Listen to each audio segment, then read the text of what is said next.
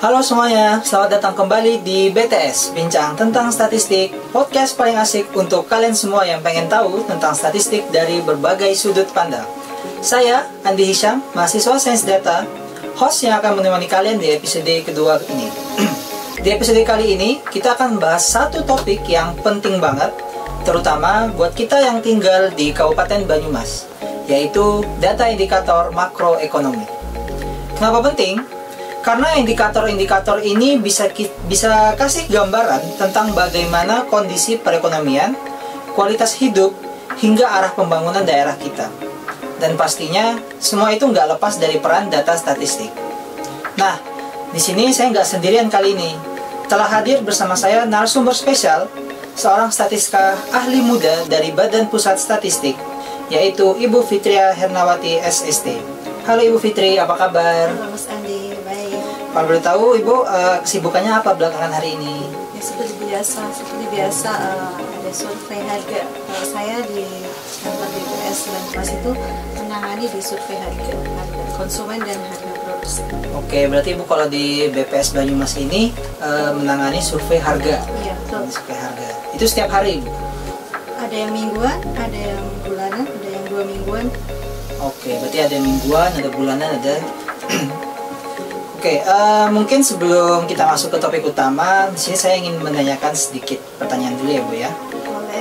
Menurut Ibu, seberapa penting sih data statistik dalam pengambilan kebijakan? Data statistik itu sangat penting ya, Andi dan teman-teman semua. Kalau tidak ada data itu sama aja kita berjalan matanya ditutup. Dimana kalau berjalan matanya ditutup pasti kan belok-belok, nggak jelas ya. Jadi contoh gampangnya, misalnya pemerintah mau membangun sekolah SD, SMP atau SMA, tapi pemerintah tidak punya data jumlah penduduk anak usia SD, SMP atau SMA, pasti akan meleset itu perkiraan. Misalnya anak harusnya dibangun 10 sekolah, ternyata malah kelebihan. Jadi kan malah pemborosan anggaran seperti itu. Contohnya seperti itu. Berarti memang sangat penting banget ya Bu ya, peran data dalam pengambilan kebijakan, terutama kebijakan pemerintah.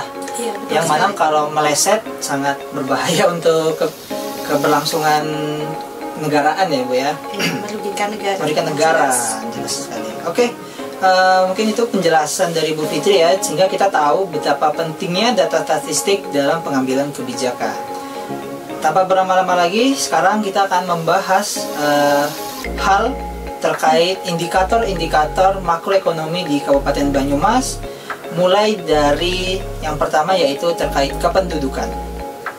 Pertanyaan pertama Ibu, dapatkah Ibu menjelaskan proyeksi jumlah penduduk di Banyumas pada tahun 2024 dan apa faktor-faktor yang mempengaruhi angka tersebut? Ya, jadi pertama itu saya jelaskan dulu ya, proyeksi itu perkiraan jumlah penduduk ya yang dihitung oleh BPS. Nah, proyeksi itu dihitung dari sensus penduduk 2020 yang terakhir, itu memakai metode umur kohort. Jadi kalau di publikasi nanti teman-teman sekalian bisa buka ya publikasi di Jateng, di jateng.bps.go.id itu ada publikasi tentang proyeksi penduduk yang dirilis tahun 2023. Di situ ditampilkan proyeksi penduduk sampai 2035. Nah, itu diklasifikasikan menurut umur 5 tahun, jadi 0 sampai 4, 5 sampai 9 dan seterusnya. Jadi proyeksi penduduk itu dipengaruhi oleh kelahiran, kematian, dan migrasi. Penduduk Banyumas di tahun 2024 itu sebesar 1,84 juta jiwa. Nah, ini penduduk laki-lakinya lebih besar daripada penduduk perempuannya, sehingga rasio jenis kelaminnya 101. Nah, berarti terus kemudian untuk dilihat dari struktur umurnya, ini ternyata penduduk yang usia produktif itu lebih banyak, sekitar 68,61%, sedangkan penduduk usia tua 65 ke atas itu 9,66%, dan penduduk usia muda itu sekitar 21,73%. Nah, jadi kalau dihitung ya, rasio ketergantungannya itu ada 45,75%. Ini termasuk Banyumas ini masuk ke dalam fase bonus demografi, jadi angka ketergantungannya rendah seperti itu. Oke, berarti faktor-faktor yang mempengaruhi angka itu ada 3 ya Bu ya, berarti Iya, kelahiran, kematian, dan juga migrasi. Migrasi. Baik Ibu, kita lanjut ke pertanyaan kedua. Bagaimana rasio jenis kelamin di Banyumas dan apa implikasinya terhadap dinamika sosial dan ekonomi di daerah ini? Jadi rasio jenis kelamin tadi sudah saya katakan ya, 101,17, artinya laki-laki lebih banyak dari perempuan. Jadi sebenarnya hampir sama ya, karena 101. Jadi setiap 100 penduduk perempuan ada 101 penduduk laki-laki. Berarti ini untuk kompetisinya sepertinya hampir sama. Jadi untuk dalam hal ekonomi maupun sosial itu berarti sudah setara ya. Harusnya kalau penduduknya hampir sama berarti kita sudah setara seperti itu. Kita juga bisa lihat indikator yang dirilis BPS juga, indeks pemberdayaan gender tahun 2023 sebesar 73,16. Nah, ini indeks ini adalah interpretasinya perempuan, apakah perempuan dapat memainkan peran aktif dalam ekonomi dan politik. Nah, itu jadi indeks pemberdayaan gender itu mengukur seberapa besar peran perempuan dalam ekonomi maupun sosial politik seperti itu. Jadi tadi rasio jenis kelamin di Banyumas itu tahun 2024 sebesar 101,17. Jadi di antara 100 perempuan ada 101 laki-laki. Sebenarnya hampir sama ya, karena cuma selisih 1. Jadi harusnya keseimbangan gender dapat mendukung pembangunan Banyumas menjadi ke arah lebih baik.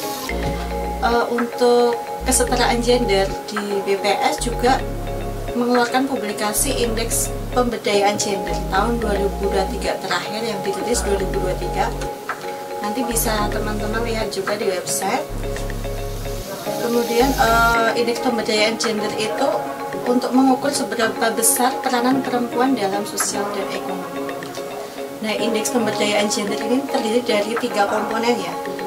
Ada 3 komponen: keterlibatan perempuan di dalam parlemen sekitar 22%, keterlibatan perempuan untuk tenaga kerja manajer, profesi administrasi dan teknisi sebesar 51%. Jadi cukup tinggi nih. Kalau berarti kan kalau sederhananya kita lihat misalnya kepala dinas sekarang kan sudah banyak yang perempuan seperti itu ya.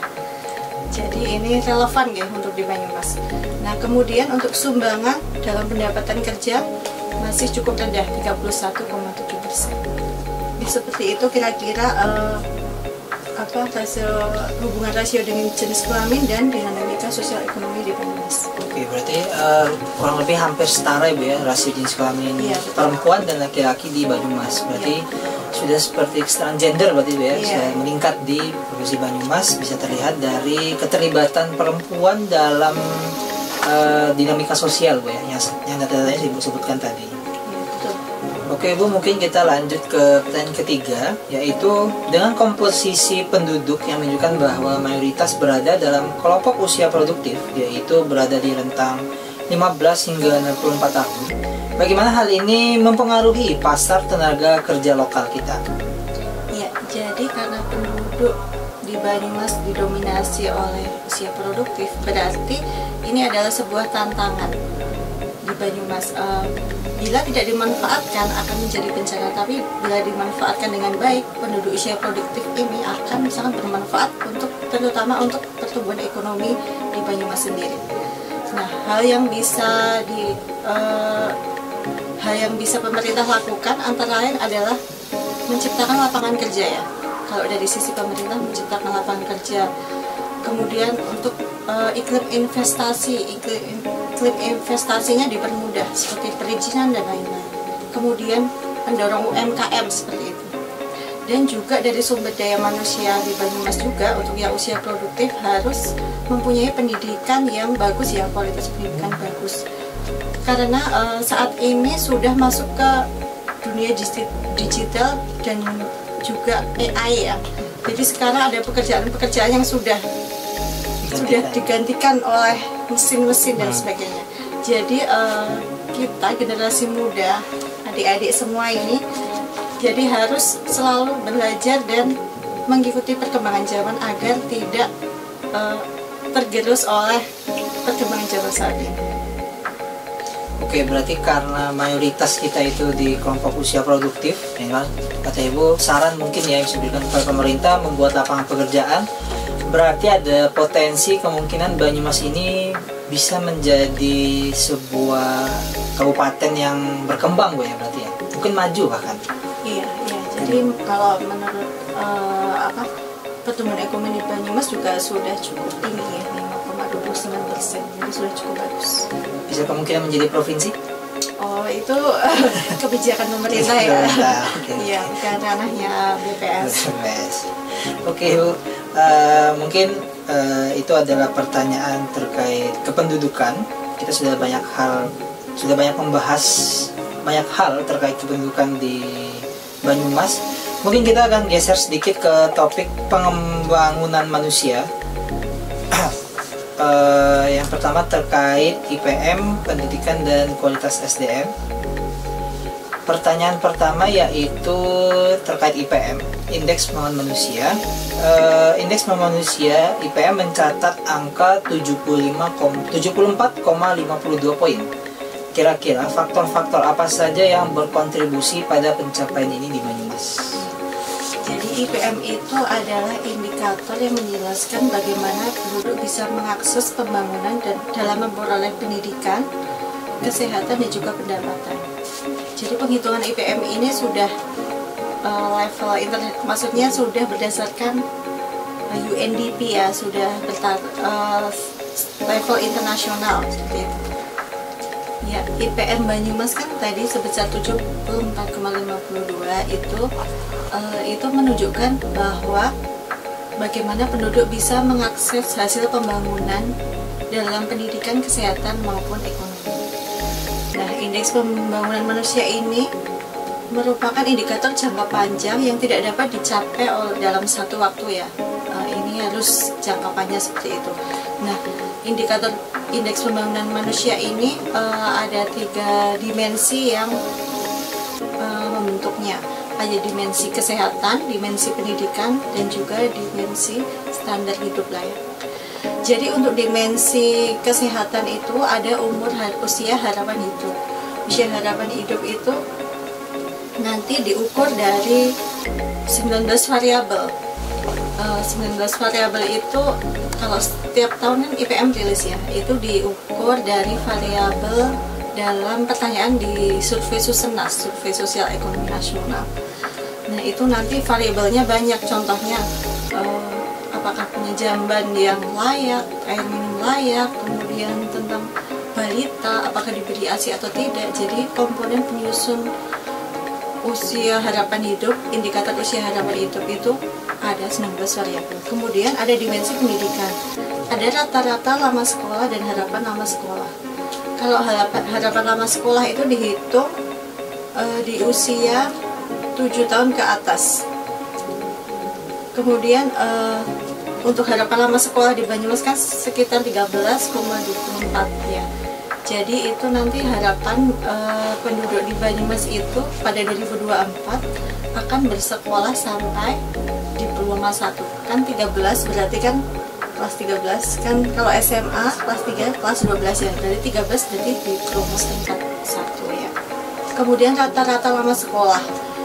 Rata-rata lama sekolah itu dihitung penduduk yang usia 25 tahun ke atas. Jadi di Banyumas ini rata-rata lama sekolah penduduk usia 25 tahun ke atas itu masih 7,91. Kalau 7 itu setara apa Mas? SMP. Iya, berarti SMP kelas 1 ya. Kelas 1, kelas 2. Iya, berarti itu rata-rata untuk penduduk usia 25 tahun ke atas. Kemudian ada satu lagi dimensi yang membentuknya, standar hidup layak, yaitu pengeluaran per kapita yang disesuaikan. Jadi pengeluaran penduduk Banyumas itu per kapita yang disesuaikan 12,9 juta per kapita per tahun. Seperti itu. Oke. Berarti bisa dikatakan dengan poin 74,52 itu tergolong bagus? Iya, jadi kalau memang IPM itu ada tingkatannya, rendah, tinggi, seperti itu. Kalau di 74,52 berarti sudah tergolong IPM tinggi. Tergolong tinggi. Iya, tergolong tinggi. Indeks manusia. Oke. Berarti di Banyumas ini IPM-nya tergolong tinggi ya Bu ya, Iya, dengan betul. poin 74,52 yang dihitung berdasarkan tiga faktor, tiga dimensi tadi ya, pendidikan, kesehatan, dan pembangunan. Standar hidup layak. Oke.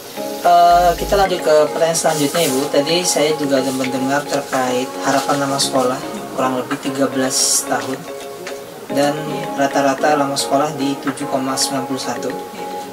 Kira-kira dengan nilai segitu, apakah dapat mempengaruhi kualitas sumber daya manusia di Banyumas ke depan?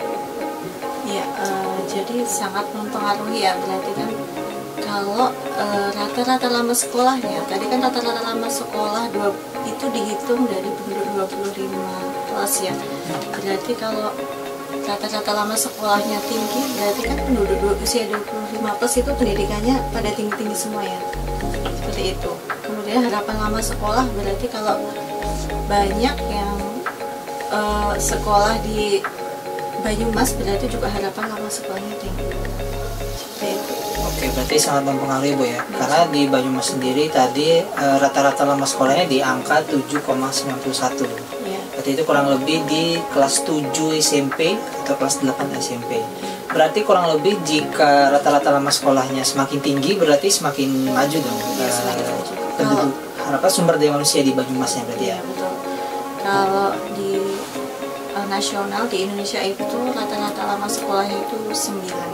9, Iya. ya harapan kita rata-rata lama sekolahnya bisa sampai 12 Bu. Iya. Oke, biar merata semua berarti kan Iya, penduduk betul. di Banyumas ya. Oke Bu, menarik ya kalau misalkan kita membahas terkait pembangunan manusia. Tentu juga kalau misalkan kita membahas terkait pembangunan manusia ini kita nggak bisa lepas juga dari pertumbuhan ekonominya. Nah sekarang kita mau membahas terkait perekonomian. Seberapa besar sih perekonomian Banyumas tumbuh dan sektor mana saja yang punya kontribusi yang besar di Banyumas ini? Mungkin kita ke pertanyaan pertama. Laju pertumbuhan ekonomi sebesar 5,29%.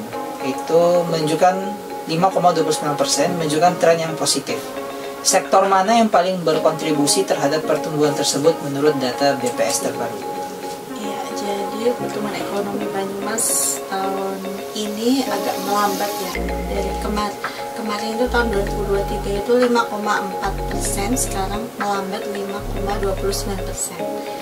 Nah, ini dipicu oleh penurunan pada kategori pertanian. Jadi pertanian di Banyumas 2024 ini produksi padi turun sekitar 19%. Jadi itu berpengaruh pada nilai tambah pertanian yang negatif seperti itu. Kemudian secara struktur ekonomi di Banyumas ini masih didominasi oleh kategori industri, kemudian disusul perdagangan, kemudian konstruksi dan pertanian.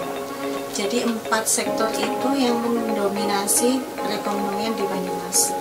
Kemudian kalau 2024 ini pertumbuhan kategori yang paling tinggi adalah kategori penyediaan makan minum sebesar 9,87%.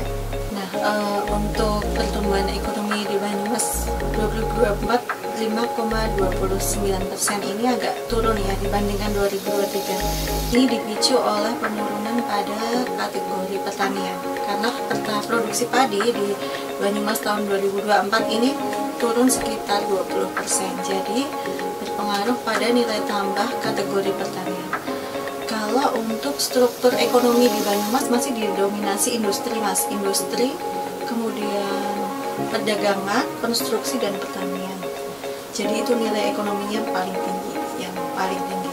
Kemudian untuk pertumbuhan ekonomi, pertumbuhan per kategori 2024 ini yang paling cepat tumbuhnya adalah pada kategori penyediaan makan minum sekitar 9,87%. Untuk kategori selanjutnya ada kategori informasi dan komunikasi, itu juga tumbuh tinggi. Jadi Banyumas ini sekarang trennya untuk jasa-jasa itu tumbuh lebih tinggi daripada kategori yang primer seperti pertanian, penggalian maupun industri.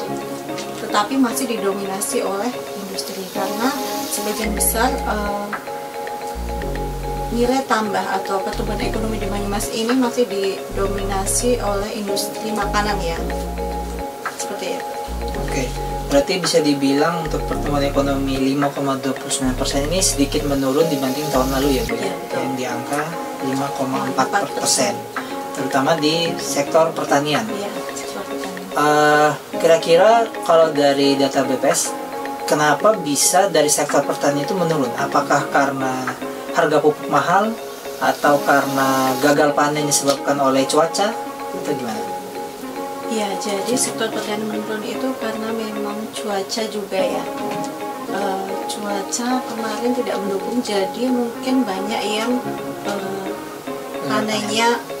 panennya menurun gitu, produktivitasnya menurun dan luas panennya juga menurun. Seperti itu. Berarti memang dari cuaca yang kurang bagus Bu ya. Ya, betul. Sehingga ada sedikit penurunan di sektor pertanian di provinsi di Kabupaten Banyumas. Oke, kita ke pertanyaan selanjutnya Ibu. Apa tantangan terbesar bagi perekonomian Banyumas saat menghadapi fluktuasi global atau perubahan kebijakan pemerintah pusat terkait pembangunan ekonomi daerah? Iya, jadi tantangan bagi Banyumas ya, kan sekarang tuh yang lagi rame-ramenya adalah tarif impor Amerika ya Mas ya. Tarif impor Amerika yang sangat tinggi. Jadi itu juga pasti lama-kelamaan nanti juga berdampak di Banyumas. Contohnya di Banyumas itu ada ekspor kayu olahan. Jadi ekspor Banyumas itu ada 3 komoditas yang besar. Kayu olahan, minyak atsiri, dan juga yang satu lagi itu gula kelapa. Jadi kayu olahan itu juga sebagian ada juga yang diekspor ke Amerika, pasti kan juga berdampak ya. Kemudian kalau minyak atsiri itu malah sekarang itu data 2024 itu nilai ekspornya meningkat. Kemudian kalau gula kelapa itu turun. Jadi sama kayak kayu sama gula kelapa sudah mulai turun di 2024. Nah, nanti dengan kebijakannya yang global seperti ini ya, nanti mungkin akan lebih turun lagi atau bagaimana. Kita kalau tidak ada misalnya inovasi produk seperti itu, nanti akan semakin produk di Banyumas itu akan Makin turun. turun ya. Oke. Itu memang kebijakan global ya, terutama kebijakan dari Trump yang menetapkan tarif lumayan tinggi ya. Maksudnya kita akan mendapatkan hasil yang kurang ketika kita ekspor ke Amerika, itu juga dapat menyebabkan kurangnya pertumbuhan ekonomi. Terutama di Banyumas juga pasti kena Bu ya, karena kita ada banyak ekspor juga ke Amerika. Mungkin perlu inovasi ya, atau mungkin kebijakan pemerintah baru nasional ya untuk pembangunan daerah, gimana untuk menangani kasus itu. Oke, kita sudah melihat ya Bu ya bahwa tren ekonomi di Banyumas itu menunjukkan angka yang positif walaupun memang sedikit menurun dibanding tahun kemarin. Tapi tentu saja pertumbuhan itu harus dibarengi dengan stabilitas harga. Karena itu juga penting untuk melihat bagaimana kondisi inflasi yang mempengaruhi daya beli masyarakat. Mungkin sekarang kita masuk ke pembahasan mengenai inflasi di Banyumas. Oke Bu, mungkin kita lanjut ke pertanyaan terkait inflasi. Inflasi tahunan ini tercatat sebesar 1,51%. Bagaimana kondisi inflasi saat ini berdampak pada daya beli masyarakat di Banyumas, khususnya kelompok rentan? Jadi kalau inflasi 1,51 itu tergolong rendah ya Mas ya. Karena target inflasi pemerintah itu 2,5% plus minus 1. Jadi minimal 1,5 dan maksimal 3,5. Jadi masih aman. Untuk ini dampaknya pada daya beli kelompok rentan miskin ya di Banyumas ini, sebenarnya pemerintah sudah banyak menggelontorkan bantuan ya. Dari pusat ada bantuan bansos dari pusat seperti itu. Kemudian juga operasi pasar yang dilakukan oleh Pemda Banyumas, biasanya kalau momen-momen tertentu dilakukan operasi pasar agar harga-harga itu terkendali. Jadi untuk pengendalian inflasi di Banyumas ini sudah cukup bagus. Oke, berarti bisa Jadi iya, jadi mungkin kelompok rentan ini tidak terlalu berpengaruh.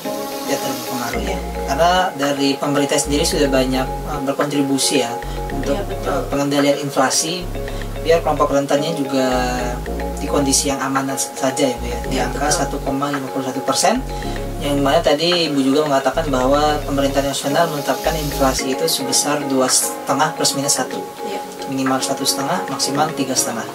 Ya ini cuman lebihnya 0,01% Iya. ya, Bu ya. Berarti masih Pas. tergolong aman banget. Pas berarti. banget.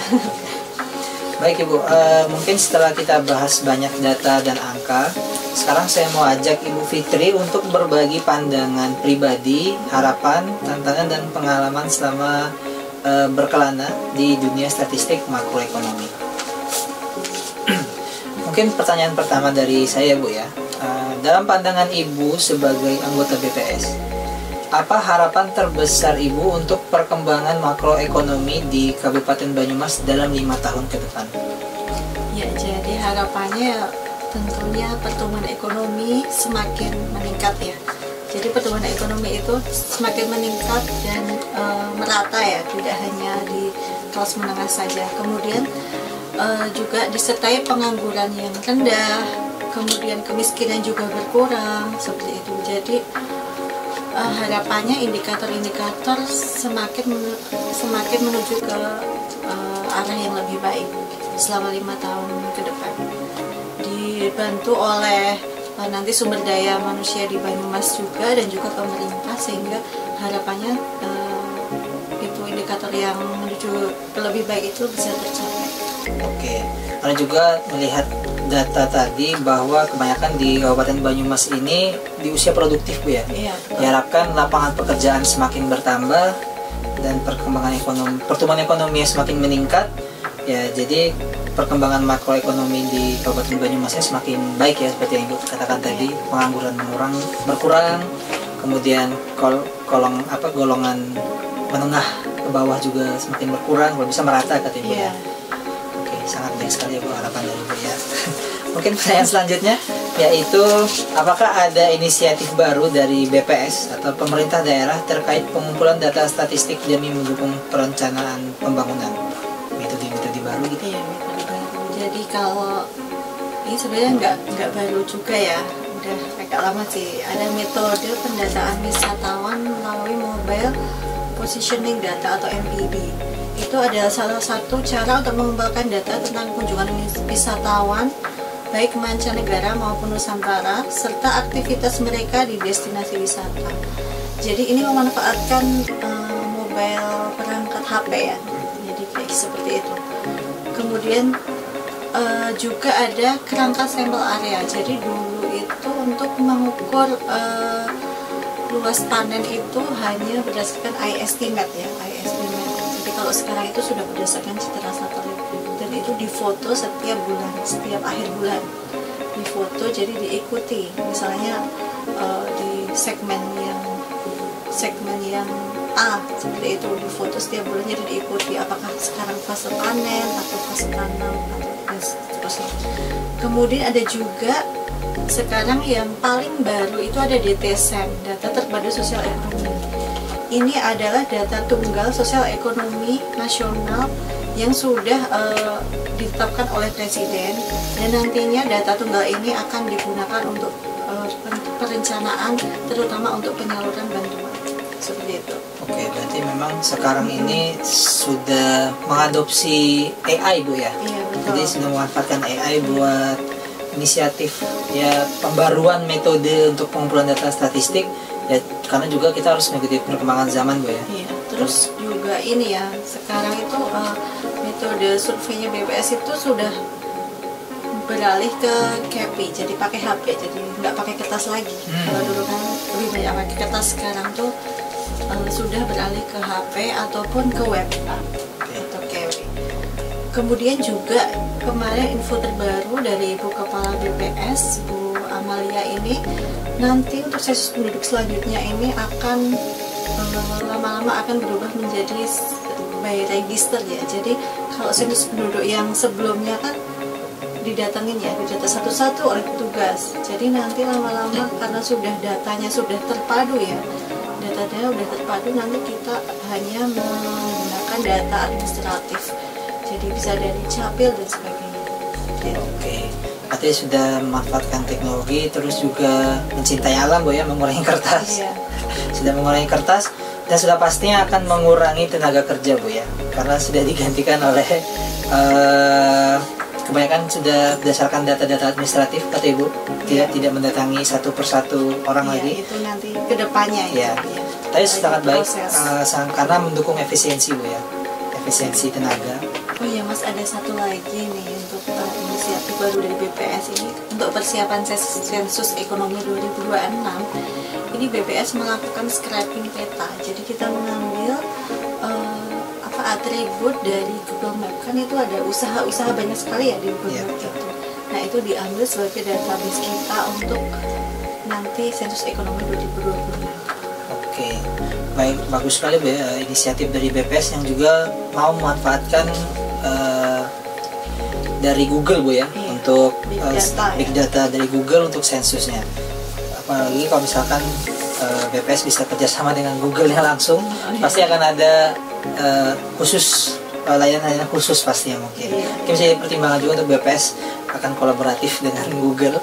Ya, biar mungkin nanti itu ranahnya BPS pusat ya. Semoga akses khusus. Nanti nonton di sini jadi bisa diakomodir ya. Amin. Semoga orang Google nonton kita Bu ya. Oke Bu, mungkin ke pertanyaan selanjutnya. Bagaimana kolaborasi antara berbagai lembaga pemerintahan dapat ditingkatkan untuk mencapai tujuan pembangunan berkelanjutan? Ya, jadi kalau BPS kan tugasnya menyediakan data ya Mas ya, jadi yang berkualitas. Jadi nanti ini kolaborasi dengan pemerintah itu contohnya untuk dalam rangka pengendalian inflasi. Jadi BPS itu bersama sebagai narasumber dalam tim pengendalian inflasi daerah.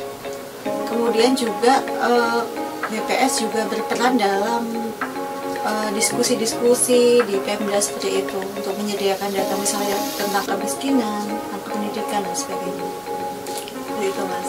Oke, berarti sebenarnya dari BPS sendiri sudah banyak kolaborasi ya dengan lembaga pemerintahan dalam pengumpulan data Bu ya, untuk diserahkan ke lembaga pemerintahan. Ya, pemanfaatan data ya. Pemanfaatan data. Tinggal gimana lembaga pemerintahannya memanfaatkan itu untuk mendapatkan hasil yang maksimal. Oke Ibu, pertanyaan selanjutnya, dapatkah Ibu berbagi pengalaman menarik selama bekerja dengan data statistik makroekonomi beberapa tahun belakang ini? Jadi pengalaman menarik itu pas survei ya Mas, pas survei itu terutama perusahaan itu pasti ada ininya, ada ditolaknya. Kayak gitu, jadi dijutekin lah, diapain lah seperti itu. Kadang saya udah ini wawancara agak panjang, terus bapaknya jutek banget, terus lama-lama dia mau kayak gitu. Jadi ya memang pendekatan kita dalam survei dan sensus itu harus gimana caranya agar mereka dapat memberikan informasi ya. Jadi meskipun Ibu sudah labelnya orang BPS, mereka tetap ada reaksi penolakan gitu? Iya tetap, karena mereka biasanya itu takutnya nanti berhubungan dengan pajak dan lain-lain seperti itu. Oke. Jadi sudah ada stigma negatif duluan. Padahal kita cuma ngumpulin data aja. Padahal data BPS itu rahasia, tidak dipublikasikan by name by address. Pasti itu datanya untuk diolah, dipublikasikan secara agregat. Oke Bu, mungkin pertanyaan terakhir Ibu, pesan atau saran yang ingin Ibu sampaikan kepada masyarakat mengenai pentingnya pemahaman akan indikator-indikator makroekonomi. Jadi saya mengajak masyarakat untuk lebih mengenal tentang indikator makroekonomi BPS. Sekarang kan sudah banyak ya literasi data-data statistik di BPS lewat Instagram ada, YouTube ada, webinar seperti itu. Jadi agar masyarakat itu dan juga pemerintah tidak salah membaca data. Kalau salah membaca data pasti akan miss seperti itu ya. Kemudian untuk ini 2026 ini kan akan ada sensus ekonomi. Nah marilah kita dukung ya teman-teman semua agar sensus ekonomi ini berjalan dengan lancar, terutama untuk di kalangan pengusaha. semua didata Mas, dari pengusaha kecil sampai pengusaha besar. Seperti itu. Oke, itu adalah saran dari Ibu ya terkait pemahaman akan indikator-indikator makroekonomi. Sangat luar biasa sekali ya Bu ya. Terima kasih kepada Ibu Fitri atas waktu dan ilmunya. Kita jadi semakin lebih paham bagaimana data ekonomi itu, makroekonomi itu bukan cuma sekedar angka aja ya Bu ya, tapi juga punya dampak besar dalam kehidupan masyarakat, terutama di Kabupaten Banyumas itu sendiri. Semoga obrolan kita hari ini bisa menjadi insight baru buat teman-teman pendengar BTS, Bincang Tentang Statistik, dimanapun berada. Dan buat kamu yang masih penasaran dengan data dan dunia statistik, stay tune terus di episode-episode berikutnya. Jangan lupa follow podcast ini dan share ke teman-teman kamu juga ya. Saya, Andi Hisam, pamit undur diri. Sampai jumpa di episode selanjutnya. Bye-bye. Bye.